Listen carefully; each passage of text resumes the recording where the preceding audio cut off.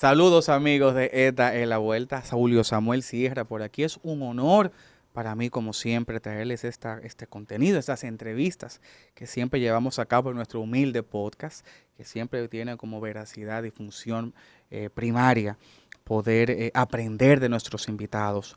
Hoy nos acompaña el profesor académico Juan Valdés, director del Observatorio Educativo de la ADP, pero además también director entonces del el colegio St. Lawrence International School, pero también además presidente de la Asociación de Docentes de Inglés de la República Dominicana.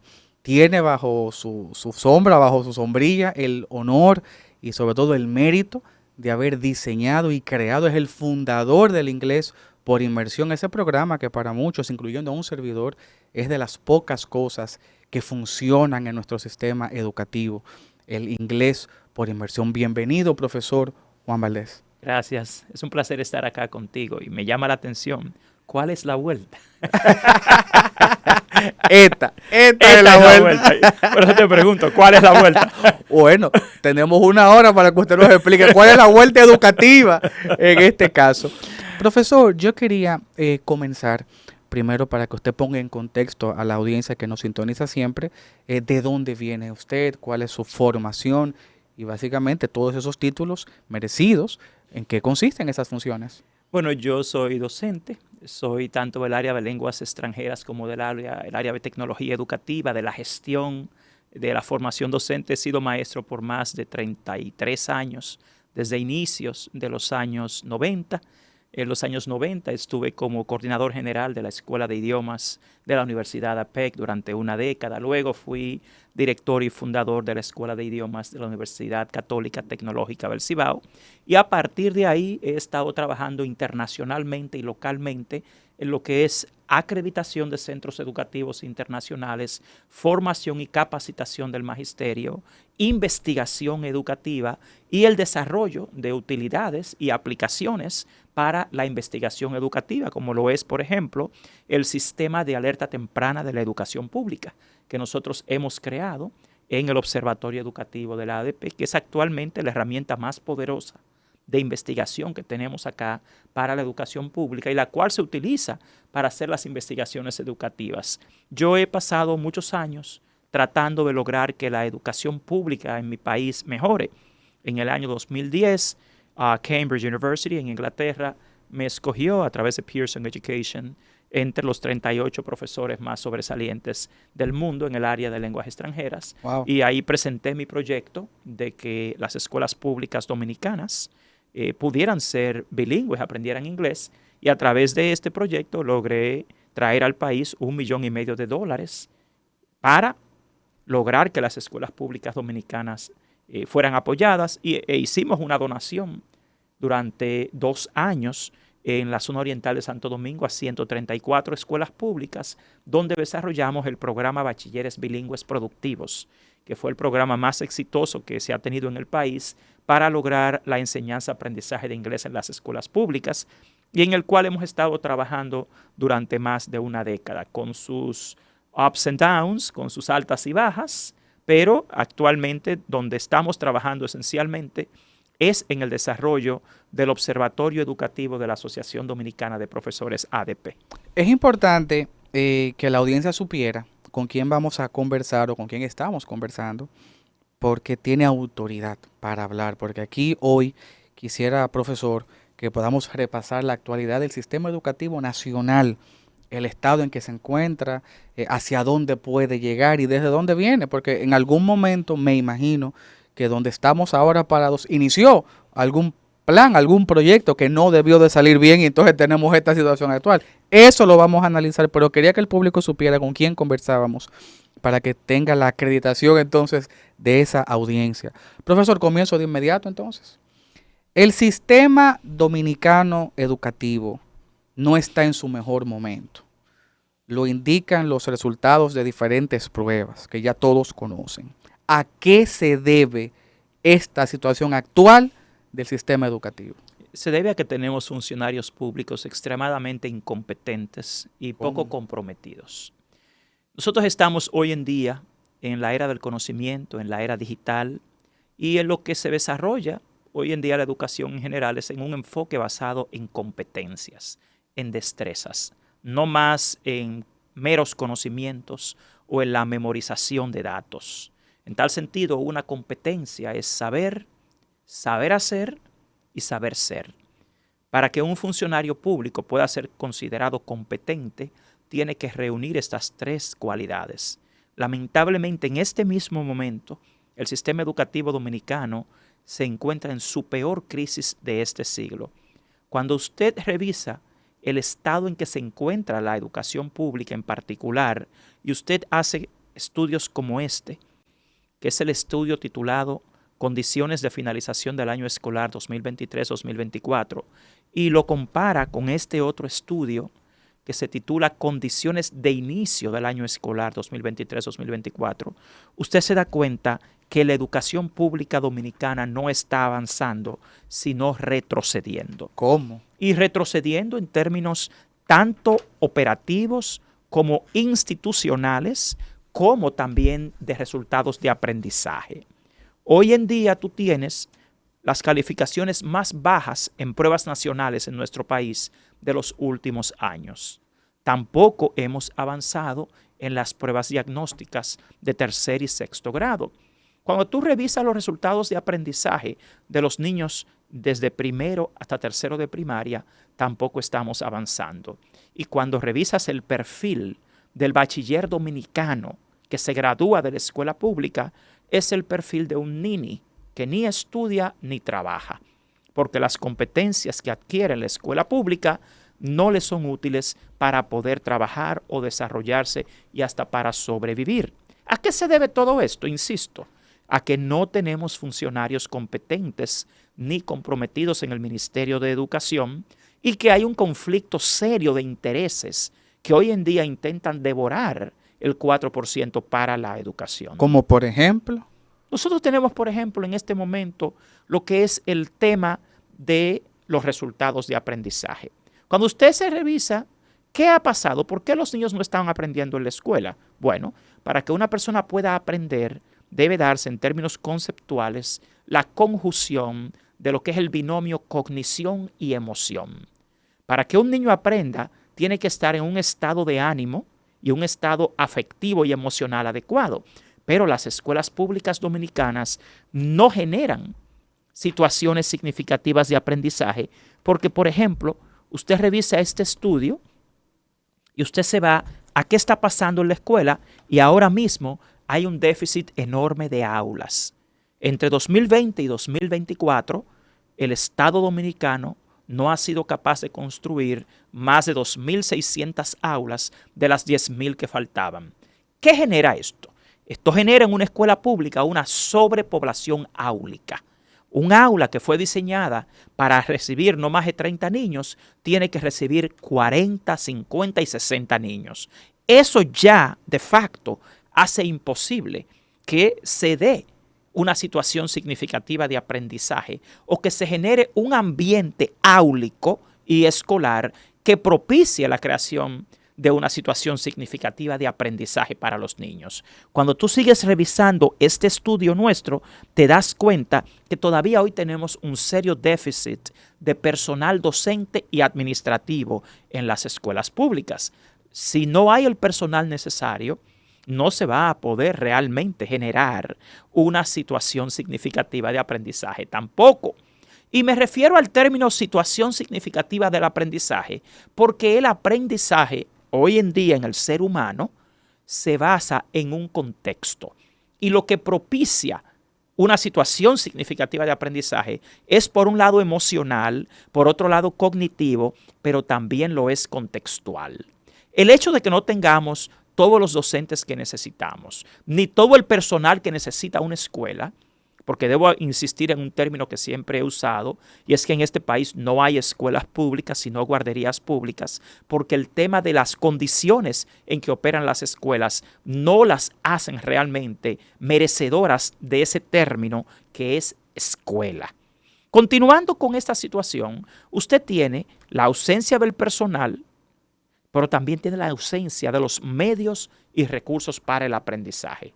En esta gestión del ministro Ángel Hernández, de la nada, a él se le ocurrió que los libros de texto de los niños debían hacerlo las universidades, lo cual es un conflicto de intereses porque el ministro de Educación viene de ser dueño de una universidad y también presidente de la Asociación de Rectores Universitarios. También las irregularidades que se dieron en ese proceso son muy obvias. Antes del ministro Ángel Hernández, el Estado Dominicano, el Ministerio de Educación, realizaba licitaciones públicas para poder adquirir los medios y recursos para el aprendizaje, para poder adquirir los libros. Pues él decidió que no, que esos libros lo iban a hacer las universidades sin una licitación, por contratación directa y de forma dedocrática, las que él escogiera.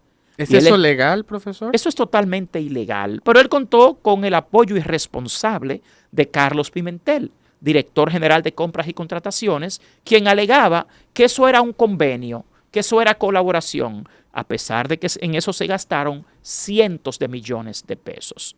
Por otro lado, cuando hacen esos libros de texto y llegan a las escuelas públicas, resulta que están llenos de errores. Entonces se violan las leyes, los niños son afectados porque no tienen buenos medios y recursos para el aprendizaje y ni siquiera llegaron en la cantidad suficiente los libros, porque este estudio reveló que al inicio del año escolar pasado, solo el 4% de los niños recibieron sus libros de texto. Entonces, ¿de qué escuela y de qué educación es que me están hablando? A esto se suma, según este estudio, que fue hecho a nivel nacional, el tema de la infraestructura escolar. Pueblo dominicano, en las escuelas públicas no hay agua potable, no hay bebederos.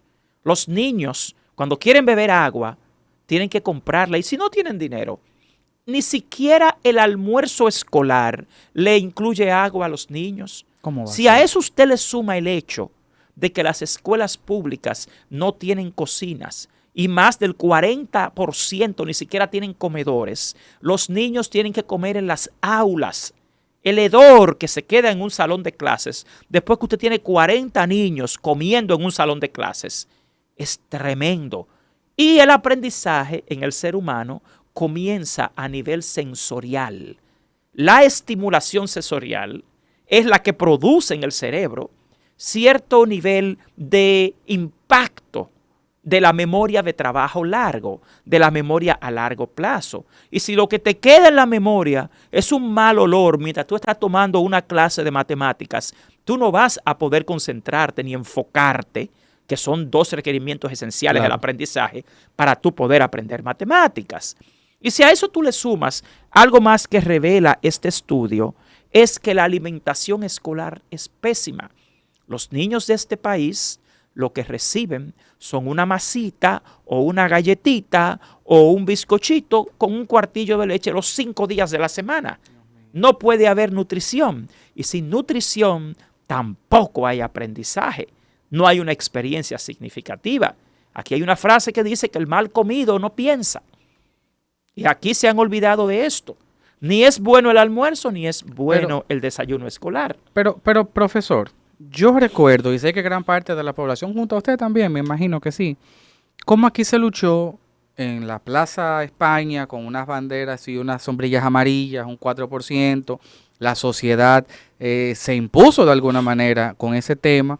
Recordamos todos cómo se volvió una promesa de campaña y que se hizo un pacto por la educación, de que todo el que ganase de los candidatos en ese momento, pues tenía que aceptar y aprobar el 4%, el cual Danilo terminó ganando la presidencia y se supone entonces que fue quien iba por primera vez a ejecutar. Pero ese 4% se hizo un botín, un pastel repartido entre ciertos sectores de este país históricamente. ¿Así? Y ahora está peor que nunca antes. El problema con el 4% es definitivamente necesario. Y hoy, según la Estrategia Nacional de Desarrollo, debería ser un 6%, ni siquiera un 4%. ¿Qué te dice que el 4% es indispensable y necesario? La miseria que hay en las escuelas públicas. Tenemos escuelas públicas que no tienen un buen mobiliario, que no tienen buena iluminación, no tienen buena ventilación, no tienen agua, la higiene en la escuela pública es pésima. Los niños se enferman. Es un ambiente que a una persona no le motiva ni siquiera el deseo de aprender. Es hostil. Porque ese es el tema. Encima de eso, no tenemos buenos libros de texto, no tenemos buenas instalaciones escolares. todo eso te dice que el 4% para la educación es necesario. ¿Qué ha pasado con el 4%? Que hemos tenido un grupo de irresponsables e incompetentes dirigiendo la educación dominicana, que teniendo los fondos ahí, inclusive dejan de ejecutarlos. Y ahora tenemos algo peor. Ahora tenemos una gestión y un grupo de intereses económicos y políticos gubernamentales que se les ha ocurrido fusionar al Ministerio de Educación con el Ministerio de Educación Superior con la única meta, el único objetivo de usar los fondos del 4% para la educación, para financiar a las universidades Pero y la ¿cómo educación. así? No, pero Bueno, lo han anunciado. Mira, ahí hay un video que es bueno que tú lo pongas ahora en el podcast. Sí, vamos a ver si nos ayudan ahí con el video. Vamos a ver el video y seguimos entonces con la entrevista. Entonces, lo que nosotros estamos en tomar una decisión valiente, que ningún gobierno la había tomado, es decir, bueno, ¿cuál es el histórico que ha pasado con el 4%? ¿Por qué nosotros estamos dejando la educación universitaria fuera de ese 4% y impactando negativamente la educación universitaria? ¿Por qué? Porque ya tenemos el 4%, pero entonces para la educación universitaria el presupuesto es muy limitado porque, bueno, ya tenemos un 4% que es muy amplio. Entonces la educación universitaria como que quedaba relegada a un segundo plano. La idea es fortalecer la educación universitaria incorporándola a lo que es el MINER y evidentemente la aplicación del 4% de ley. Bueno, vimos el video, pero esto es grave. No, pero este es el ministro de Administración Pública, Sigmund Freud, quien acaba de admitir que el objetivo de la fusión entre el MINERT y el MESIT es esencialmente tomar los fondos de las escuelas públicas para financiar el mundo universitario, para financiar las universidades. Pero, señores, ya desde ahora, el presupuesto del MESIT le asigna un 68% de todo ese dinero a la UAS, que es a quien le corresponde. Pero ¿quién puede justificar acá que sea el Ministerio de Educación Superior, el Estado, el que esté dando subvenciones a las universidades privadas? O sea, en las escuelas públicas tenemos una miseria. Y ahora quieren coger el poco dinero que tenemos para las escuelas públicas para también financiar universidades privadas. Porque el MESIT no necesita más fondos de los que tiene. Porque el 68% de su presupuesto ya está asignado a la UAS. El resto es para su operación, para programas como el Inglés de Inversión, para las becas. Y todo eso ha funcionado y está funcionando. Pero aquí hay intereses oscuros que prefieren tomar los fondos de las escuelas públicas, que de nuevo, desde ya operan en condiciones de miseria, para beneficiar al sector universitario. Un sector, y no voy a decir al sector universitario, porque no son todas las universidades. Hay muchas universidades que no se han prestado a ese despropósito que el ministro Ángel Hernández se ha metido. Dios mío. Y entonces, lamentablemente acá, lo que se nota es que tenemos desgraciadamente una gestión del Estado que no sabe lo que está haciendo en educación, por un lado, porque no ha logrado acertar ni mejorar nada. Y también parece tener más afinidad con intereses del sector privado que con los más de 2 millones de niños que van a las escuelas públicas, que son los hijos de la clase trabajadora. Yo quiero hacer un llamado a todos los sindicatos de este país, a todos los trabajadores de este país, a todas las familias de este país que envían a sus hijos a las escuelas públicas. Nosotros tenemos que unirnos en defensa del 4% para la educación, porque lo que se ha decidido hacer al fusionar el MINERT y el MESIT es quitarle los fondos que necesitan los niños de las escuelas públicas y de los barrios para poder asignarlo al mundo universitario. Y eso nosotros no podemos aceptarlo. Nosotros como país debemos levantarnos y debemos manifestarnos en contra de esta medida. El gobierno dominicano no ha sido capaz de presentar un solo argumento que justifique la fusión entre el Ministerio de Educación Superior y del de Educación Escolar. De hecho, la mayoría de las universidades que se respetan ni siquiera están de acuerdo con eso. Hay grupos empresariales como Educa, que no tienen ni siquiera ningún expertise, ninguna pericia en educación, que son los que están apoyando eso, y otro grupito de universidades y de sectores de intereses privados. Pero nosotros, los ciudadanos de este país, no podemos aceptar. Ese dinero es de nosotros. Eso se paga con nuestros impuestos. Eso se paga con el presupuesto del pueblo dominicano. Y ningún presidente, ningún ministro de Educación tiene derecho a tomar una decisión como esa sin ni siquiera haber consultado a nadie ni haberse reunido con los dos actores sustantivos de la educación, que son los docentes y los estudiantes. Esas decisiones las están tomando grupos cerrados, funcionarios públicos, consultores privados, y nunca han consultado a los actores sustantivos de la educación. Y yo, como especialista en educación, desafío a cualquier funcionario del gobierno dominicano a que me demuestre de qué forma es que se van a mejorar los aprendizajes mediante esa fusión. Porque no me pueden hablar de ahorro de dinero, porque ellos mismos han dicho que ellos van a congelar la nómina. Si usted va a congelar la nómina, ¿qué es lo que le queda en el MESIT? Si el 68% del presupuesto se va a la UAS, ¿qué es lo que van a hacer? ¿Quitar el programa de ingreso e inversión? Porque si lo quitan de ahí y se lo asignan a otra institución, como quiera, están gastando el dinero. Claro. Señores, esto es un sinsentido. Aquí no hay otra explicación que no sea, bueno, usar los fondos del 4% para la educación para financiar las universidades.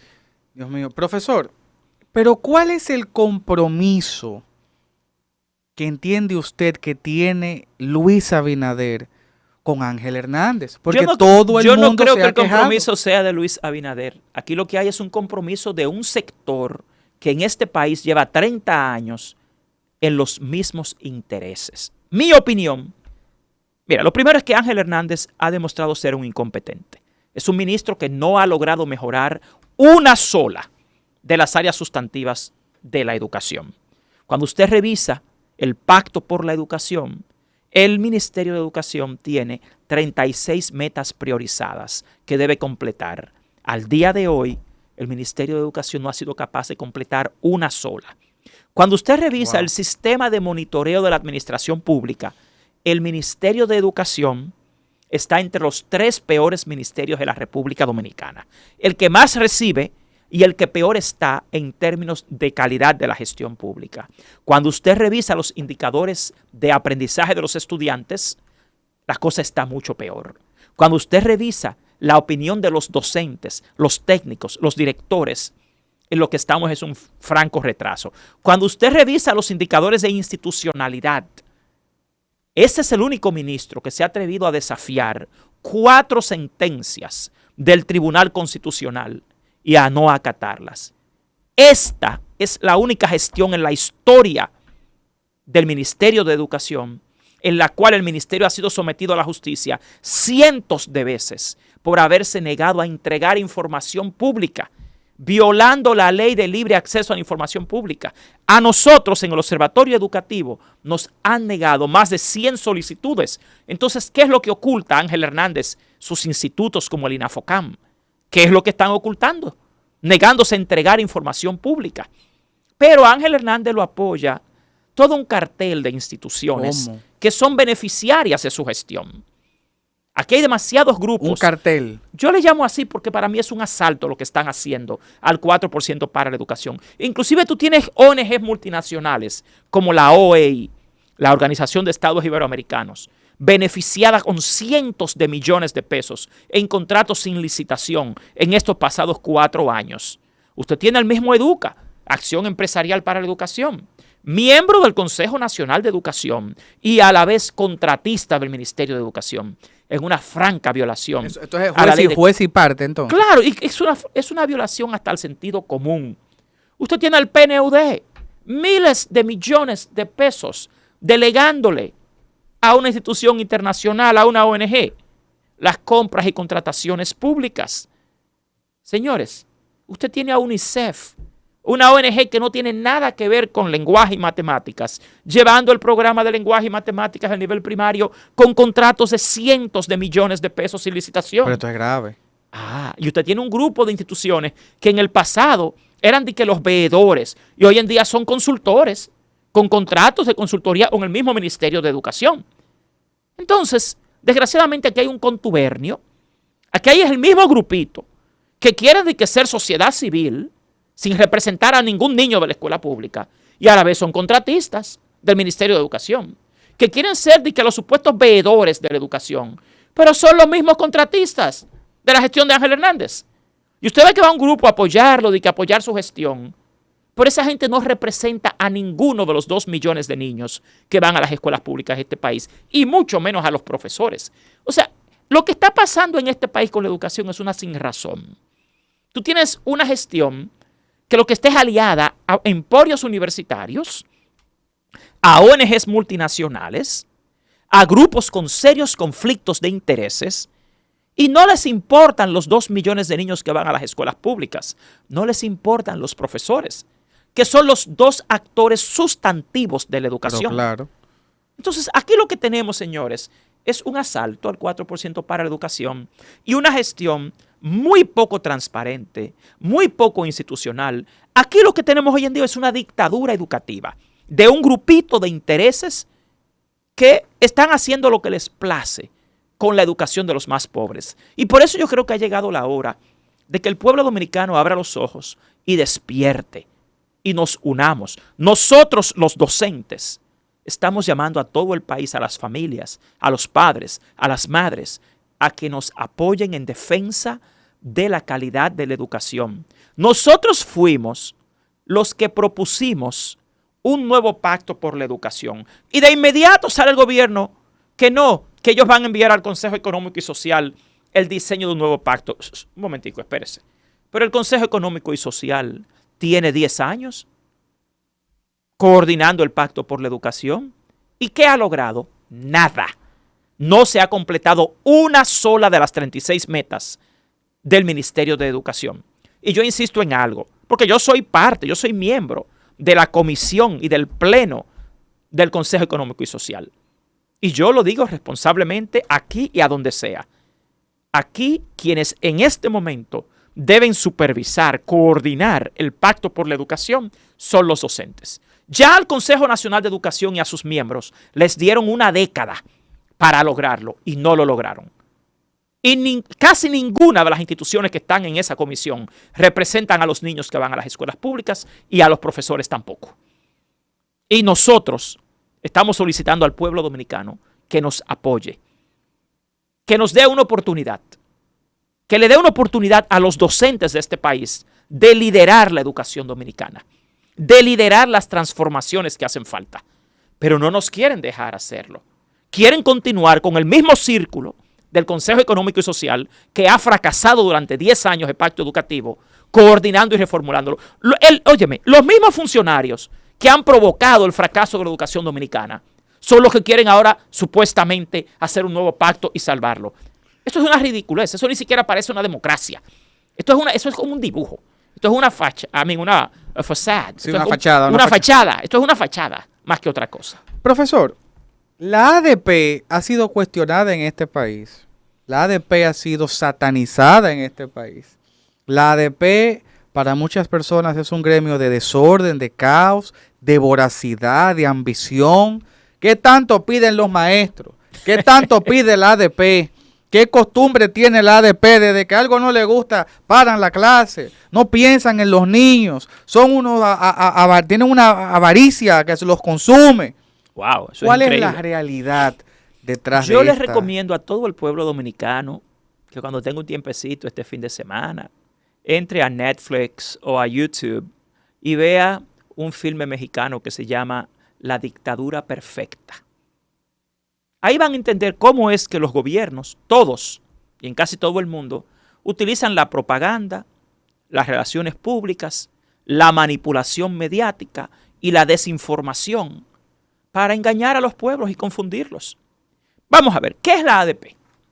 La ADP es un sindicato. ¿Qué es lo que hace un sindicato? Defender los derechos de los trabajadores. Ese es el rol.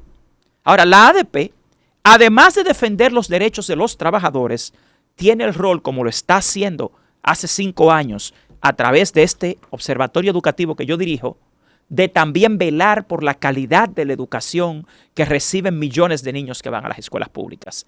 Y eso es lo que está haciendo la ADP. ¿Qué ha pasado acá? Si ustedes no lo han notado, acá se ha destruido el movimiento sindical y cada día más se va disminuyendo los derechos de los trabajadores. Aquí, señores, en República Dominicana, las empresas privadas no permiten la creación de sindicatos. ¿Y qué es un sindicato? Un defensor del derecho del trabajador. Acá, lamentablemente, es ese grupo de emporio empresarial y del sector privado el que no coincide con la ADP, porque la ADP es un ejemplo en este país y en América Latina en la lucha del derecho de los trabajadores. Miren por qué. Cuando usted revisa cuál es el sueldo promedio en la República Dominicana, no supera los 25,000 pesos. El sueldo promedio del sector público y del sector privado. Ahora, cuando usted revisa, ok, el sueldo promedio en este país es 25,000 pesos. Pero ¿cuál es el costo de la canasta familiar promedio? 45,000 pesos. Lo más ridículo que ha pasado en este país es que la gente haya dejado de protestar. Eso no tiene sentido. ¿Y por qué? Porque usted está resignándose a vivir con 25,000 pesos cuando el costo de la canasta familiar es 45,000. ¿De dónde viene la delincuencia? ¿De dónde viene la frustración, la depresión, la ansiedad que tiene el pueblo dominicano? Es que lo que tiene no le alcanza. Entonces, lo mejor que puede pasar en este país es que se reactiven todos los sindicatos. Porque un sindicato es lo más noble que hay en la defensa del derecho de los trabajadores. Y todos ustedes los que trabajan lo saben. Entonces, ¿qué es lo que ha pasado? Lamentablemente acá ha habido una campaña para desacreditar a la ADP, porque la ADP protesta, pero quiero aclararles algo. Protestar es un derecho constitucional. Ahora, el punto es, ¿por qué protesta la ADP? Si tú recuerdas, la última protesta de la ADP fue por esto, por las pobres condiciones en que están las escuelas públicas. Que la ADP siempre protesta por sueldo, eso es falso.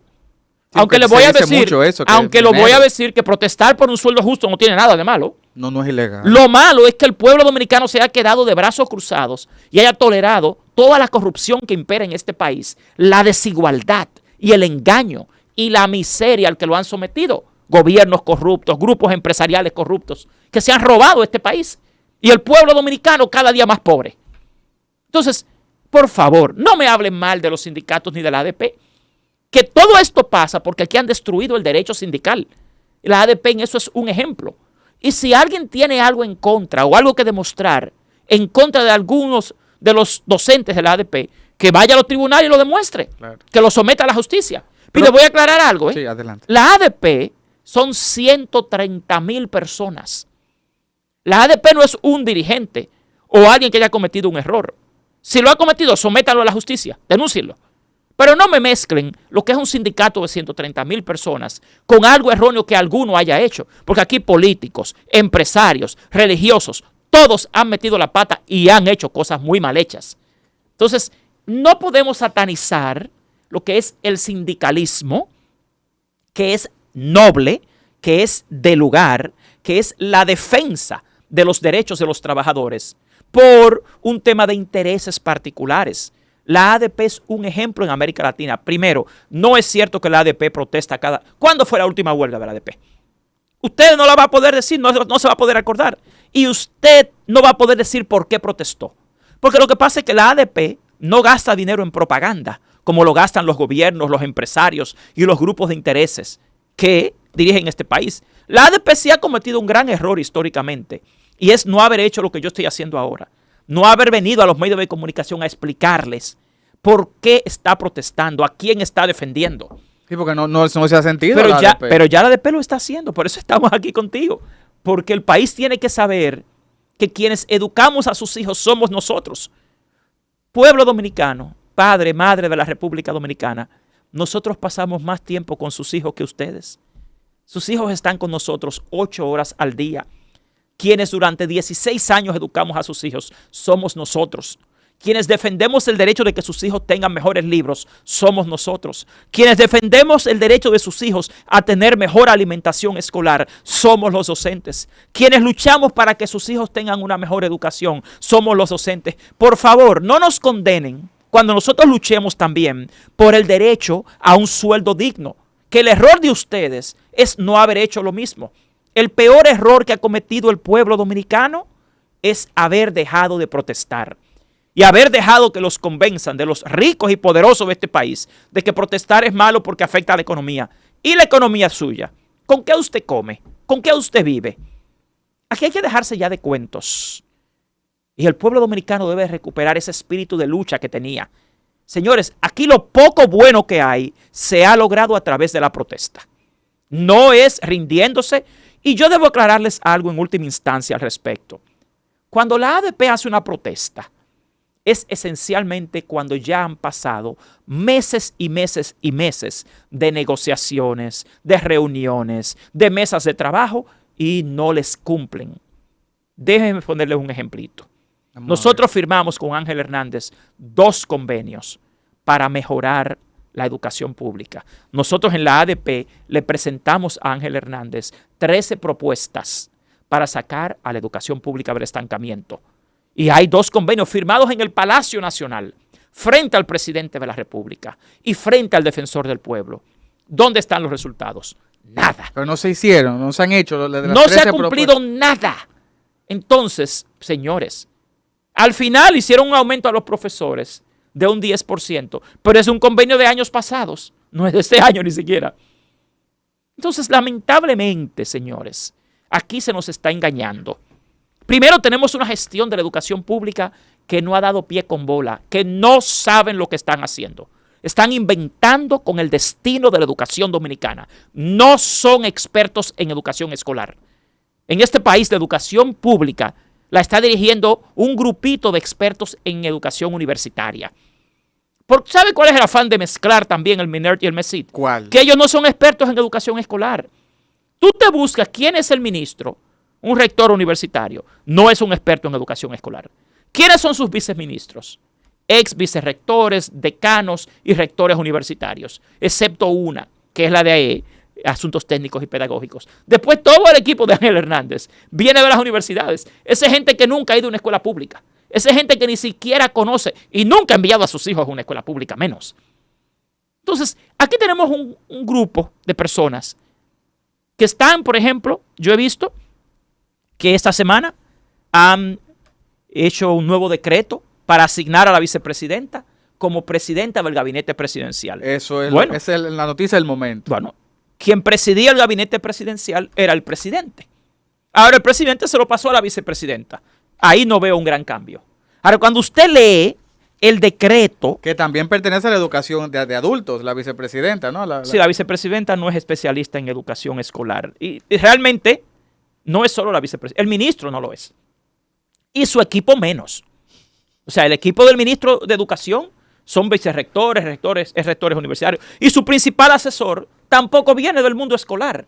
Es gente que está inventando, gente que viene de un mundo andragógico, que quiere meterse en temas pedagógicos. Y ni siquiera tienen la humildad intelectual de consultar a los verdaderos expertos, que son los maestros, que son los que están día a día en la escuela.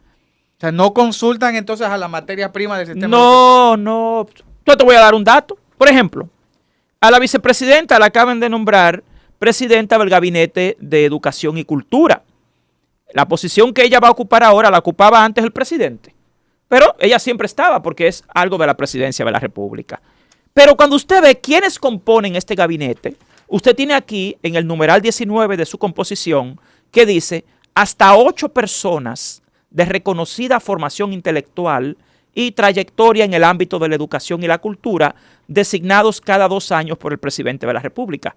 Pues, pueblo dominicano, debo decirles que en el gabinete presidencial no hay un solo representante de los docentes ni de los estudiantes.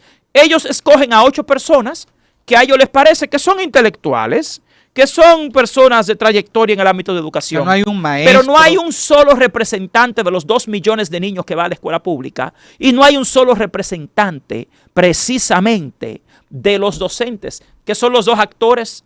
Señor presidente, señora vicepresidenta, déjeme decirle que ninguna de las personas que ustedes tienen en su gabinete es experto en educación escolar, que ninguno ha trabajado en la educación pública, que ninguno cuenta con investigación educativa en el área escolar y que ninguno representa a los 2 actores fundamentales de la educación, el estudiante y el docente. Y usted tiene componentes ahí del empresariado. ¿Qué hace Educa? Que es simplemente un representante de los empresarios en ese gabinete empresarial. Y así hay otros que lamentablemente tienen un serio conflicto de intereses. Entonces, ¿quién es que está decidiendo el destino de la educación dominicana? Son personas, cuando tú ves la composición del gabinete, los mismos funcionarios del gobierno que han fracasado. Entonces, yo creo que ha llegado la hora de que el gobierno dominicano se sincerice con el tema. Si al gobierno realmente le importa la educación pública, su rol no puede ser imponer lo que ellos crean. Tienen que hacer esto, fundamentarse en la investigación educativa, en la investigación científica, respetar las leyes. No podemos tener un gabinete de educación con actores que tienen un serio conflicto de intereses, contratistas del mismo ministerio y a la vez parte de un gabinete presidencial. Profesor. Esto no puede ser. Profesor. Nosotros los maestros somos los que tenemos que estar representados en ese gabinete también. Y no tenemos una representación. Profesor, hay un tema que preocupa a los padres de los estudiantes. Y yo lo puedo dividir en dos para que me dé sus dos opiniones sobre las dos vertientes que entendemos que tiene ese tema. La educación pública, me refiero todo a contenido, a currículum, ¿verdad? De lo que reciben los estudiantes en ambos sistemas, el público y el privado. En el público hay una preocupación, y escucho mucho que se habla, de que hace falta que se refuerce el contenido. Unos libros, como usted señalaba, con faltas ortográficas, en matemática con errores hasta aritméticos, de matemática. Los libros, el contenido. Pero además que hay materias que necesitan y hay un clamor popular de que vuelvan. La educación cívica, ahora agregarle el tema de finanzas personales por la evolución que ha llevado el mundo, reforzar la parte del contenido cultural y artístico, que los muchachos no saben de arte prácticamente nada. Es decir, el contenido en la escuela pública puede mejorar. Su opinión al respecto. Y antes de entonces, con el sector privado, hay una preocupación para que me la responda las dos. En la parte privada hay una, sobre todo en la parte que usted también conoce bastante, pues también pertenece a la misma, que es la educación bilingüe. En las escuelas, los colegios dominicanos, hay una preocupación en algunos padres. Y es que se habla de que se está americanizando mucho el currículum en los colegios bilingües. De que se está perdiendo quizás una parte de nuestra identidad. De que hay agendas un tanto modernas y progresistas que están llegando a nuestras playas, a nuestro territorio, a través de esos colegios bilingües, que el papá dice, le cogí miedo a los colegios bilingües, porque los muchachos salen como con unos ideales extraños a veces, unas agendas muy abiertas para nuestro país. ¿Qué piensa usted de ambas cosas, del sector privado y el sector público, con la pregunta que le hice? Comenzando con el sector público, realmente el currículo dominicano, en términos antropológicos, no responde al sujeto que es ese niño que va a la escuela pública. Y esa preocupación de los padres es válida. Aquí, lamentablemente, porque no tenemos verdaderos expertos en educación escolar dirigiendo la educación dominicana, son muy dados los gobiernos y las gestiones como la de Ángel Hernández a hacer simplemente un copy-paste de lo que hacen otros países, hacer una copia. O sea, aquí tenemos un currículo que en realidad no responde ni al contexto real de ese sujeto, que es el niño que viene de un barrio en condición de pobreza, con una gran parte de sus familias disfuncionales, monoparentales, sin una ayuda social, y aquí se olvidaron de la naturaleza social del aprendizaje. Y se tiene un currículo que, para ponerles un ejemplo, en el nivel primario. ¿Por qué tenemos tanto problema con la lectoescritura en este país? Porque en este país actualmente, por ejemplo, los libros de texto que se utilizan en el nivel primario para enseñar a un niño a leer y escribir se basan en el método de lectura global, no en el método de lectura fonológico. Entonces, cuando usted lee las investigaciones del Centro de Lingüística Aplicada de los Estados Unidos, usted descubre que el método de lectura global que se utiliza en este país no es el más efectivo para que un niño aprenda a leer, sino el método fonológico, el método fonético. ¿Pero quién impone eso? El ministro del momento, que a él se le ocurrió que las universidades iban a hacer los libros y que esos son los verdaderos intelectuales de este país, y hacen un disparate. Y nos cuesta más dinero. Porque otra de las grandes falacias del ministro Ángel Hernández fue decir que él iba a hacer nuevos libros de texto porque el Estado se iba a ahorrar 6,000 millones de pesos. Pues les digo que ahora los libros salieron más caros que antes y más malos, cuando usted los compara. Entonces, aquí hay un problema, y es que cada ministro viene y hace lo que le da la gana. Aquí no hay continuidad en las políticas del Estado dominicano. Es como que con cada ministro y cada gobierno ellos se sienten dueños de la educación dominicana y empiezan a inventar, a improvisar. Borrón y cuenta nueva. Es la política. El borrón y cuenta nueva es lo que evidencia la descontinuidad. Entonces después se pregunta, ¿y por qué no avanzamos? ¿Por qué no? Pero señores, en este mismo gobierno, Roberto Fulcar inicia con un plan estratégico a 4 años, perdón. Cuando destituyen a Roberto Fulcar, viene Ángel Hernández y en lugar de dar seguimiento al plan de su propio gobierno, él lo cambia y hace lo que le da la gana. Y el gobierno lo deja. Y nosotros lo advertimos desde el principio. Entonces luego están buscando la causa del fracaso, que en los niños, que en la familia, que en los docentes que no saben. No, aquí los que no saben y son unos incompetentes son los que dirigen la educación dominicana. Uf. Y la evidencia empírica te lo dice. ¿Dónde están los resultados? Si ustedes de verdad son unos expertos, ¿dónde están los resultados? ¿En qué hemos mejorado? Porque aquí no han mejorado los indicadores educativos. Eso es totalmente falso. Eso se lo pueden decir en un papel, en una estadística manipulada. Pero vayan a una escuela pública. Ninguna de esa gente ni siquiera envía ni a sus hijos, ni a sus sobrinos, ni a sus nietos a una escuela pública. Y nosotros estamos hartos. Estamos cansados del fracaso de la educación dominicana provocada por gobiernos y por funcionarios incompetentes. Y les digo incompetentes porque no es solamente que no saben, sino pues no saben hacer y lo más importante, que no saben ser, no tienen un manejo adecuado. Si aquí en realidad se quisiera mejorar la educación dominicana, el gobierno dominicano, en lugar de tener un gabinete de educación lleno de funcionarios y de empresarios, habría hace rato llamado a los docentes, a los representantes de los padres, a un espacio especial para escucharlos. Porque aquí los verdaderos expertos somos los docentes. No son ni el funcionario que es un ave de paso que está ahí ahora, ni son los grupos empresariales, que lo que más les interesa son los fondos del 4%. No les interesa la educación de este país, porque siempre han estado del lado equivocado. Y ya nosotros hacemos un llamado nuevamente a toda la sociedad dominicana a que abra los ojos, a que nos unamos. Yo trabajé en el proyecto de gobierno de este gobierno. Yo soy del PRM, yo soy de este gobierno. Y yo soy de los que trabajó en el plan de educación para este gobierno. Y nada de lo que hoy se está haciendo fue lo que se planificó. Nada de lo que el ministro Ángel Hernández está haciendo es lo que nosotros visualizamos como un gobierno del cambio en educación. Aquí no tenemos un cambio, aquí tenemos un retroceso. Y nosotros somos docentes primero, ciudadanos primero, y luego tenemos una simpatía política. Claro. Pero nosotros aquí lo que votamos fue por un cambio, no por un retroceso. Y en educación lo que tenemos es un gran retroceso. Y en la parte privada, el sector privado, ese temor de que los muchachos tan raros en los colegios bilingües. No, mira, yo soy acreditador. Una pelada caliente, les permiten trenzas, les permiten cosas raras, esos colegios americanizados. Ya eso es otra cosa. Porque mira, vamos a estar muy claros. Yo soy acreditador internacional de centros educativos bilingües internacionales y he trabajado en muchos países evaluando los colegios que quieren acreditarse como bilingües e internacionales.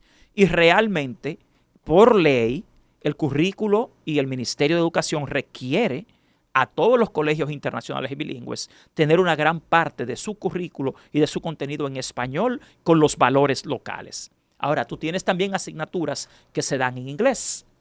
¿Qué es lo que puede pasar? Que aquí también tenemos que aprender a tener un poquito de tolerancia a la diversidad. La pelada de un niño no es lo que lo define. Las trenzas no son lo que lo definen. Ahora, si usted tiene una cultura firme y clara, usted no se deja influenciar por nadie. Lo que pasa es que aquí, en lugar de promover a nivel estatal, a nivel de política, los valores locales, aquí se ha fallado en eso mucho. Pero lo que define a un niño no es su pelada, ni es la ropa que usa, ni cómo él se viste en general. También hay que tener un poquito de apertura, de diversidad y de flexibilidad, porque eso es intolerancia cultural y estamos en un mundo globalizado. Yo no creo que haya agenda en ningún colegio bilingüe internacional en este país de americanizar a nadie, porque hoy en día no se habla ni siquiera de bilingüismo, sino de multilingüismo. Y hoy en día estamos hablando de una educación global. Por ejemplo, los Estados Unidos ni siquiera son un buen ejemplo de buena calidad educativa. El currículo americano no yo tiene... pienso que no, ¿eh? Claro que no. O sea, pero los colegios bilingües internacionales tenemos un currículo internacional, no un currículo americano, como dicen acá. Porque la escuela americana no es una escuela de buena calidad. No es un referente, no es un referente. No es un referente de calidad en nada. O sea, realmente, si aquí lleváramos a cabo el currículo dominicano como se debe, y si aquí hubiera una coherencia entre el diseño curricular, el sujeto que es el niño y su ejecución, tendríamos un país con una educación maravillosa. Pero es que aquí son los funcionarios, son los políticos, son los gobiernos los que ven la educación como un botín. Y los hechos te lo dicen. Y también no tenemos gente competente ni comprometida con un amor por la educación, con un amor por la enseñanza, con un amor por el desarrollo. Nada de eso.